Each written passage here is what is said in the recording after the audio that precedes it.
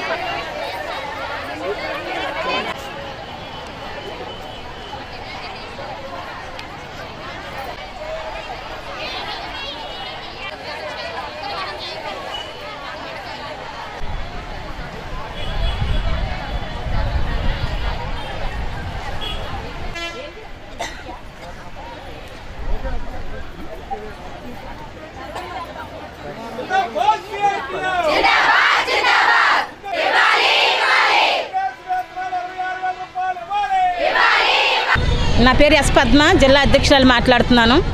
ఈరోజు రాష్ట్ర వ్యాప్తంగా ఆశా వర్కర్లు పెద్ద ఎత్తున ధర్నా చేయడం జరుగుతూ ఉంది.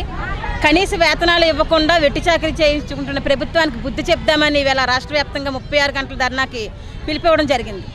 కనీస వేతనం ఇవ్వకుండా 10,000 ఇస్తున్నామన్న నెపంతో అడ్డమైన వెట్టి చాకరీ చేయించుకుంటుంది ప్రభుత్వం. 10,000 ఇస్తున్న నెపంతోనే సచివాలయాలకు అప్పచెప్పింది ఆశా వర్కర్లు. ఏ రాష్ట్రంలోని కూడా సచివాలయాలకి ఆశా వర్కర్లు అప్పచెప్పలేదు. 1000 మంది జనాభాకి 2000 మంది జనాభాకే ఆశా వర్కర్లు పనిచేస్తూ ఉన్నారు. ఇవాళ సచివాలయం పరిధిలో ఉన్న మొత్తం పాపులేషన్ అంతటికి కూడా ఇక్కడ మన రాష్ట్రం మాత్రమే పని చేయించుకుంటూ ఉంది. కాబట్టి దీన్ని మేము వ్యతిరేకిస్తూ ఉన్నాం. కనీస వేతనం ఇవ్వకుండా 10,000 ఇస్తున్నామని ప్రతి మీడియాలోని మేము ధర్నా చేసేటప్పుడల్లా చెప్తున్న జగన్ గారు ఒకటే చెప్పాలి, ధరలు చూస్తే ఎంత ఎక్కువ పెరిగాయి, ధరలకు అనుకూలంగా మాకు జీతాలు ఇవ్వాలని చెప్పి మేము పెద్ద డిమాండ్గా ఈవేళ ముందుకెళ్తా ఉన్నాం. అలాగే జగనన్న ఆరోగ్య సురక్ష కార్యక్రమం పెట్టారండి.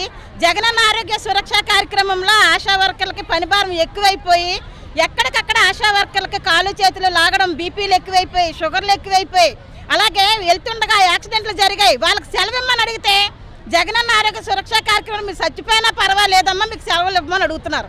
ఇది ఎక్కడ న్యాయం అని చెప్పి మేము అడగదలుచుకున్నాం. జగనన్న సురక్ష కార్యక్రమం అంటే ప్రజల్ని మనం చైతన్యపరిచి జగనన్న ఆరోగ్యం జరుగుతుందమ్మా కార్యక్రమాలు రెండని మేము పిలిస్తే కదా ప్రజలు వస్తున్నారు. అలాంటిది ఆశా వర్కర్కే న్యాయం జరగట్లేదు.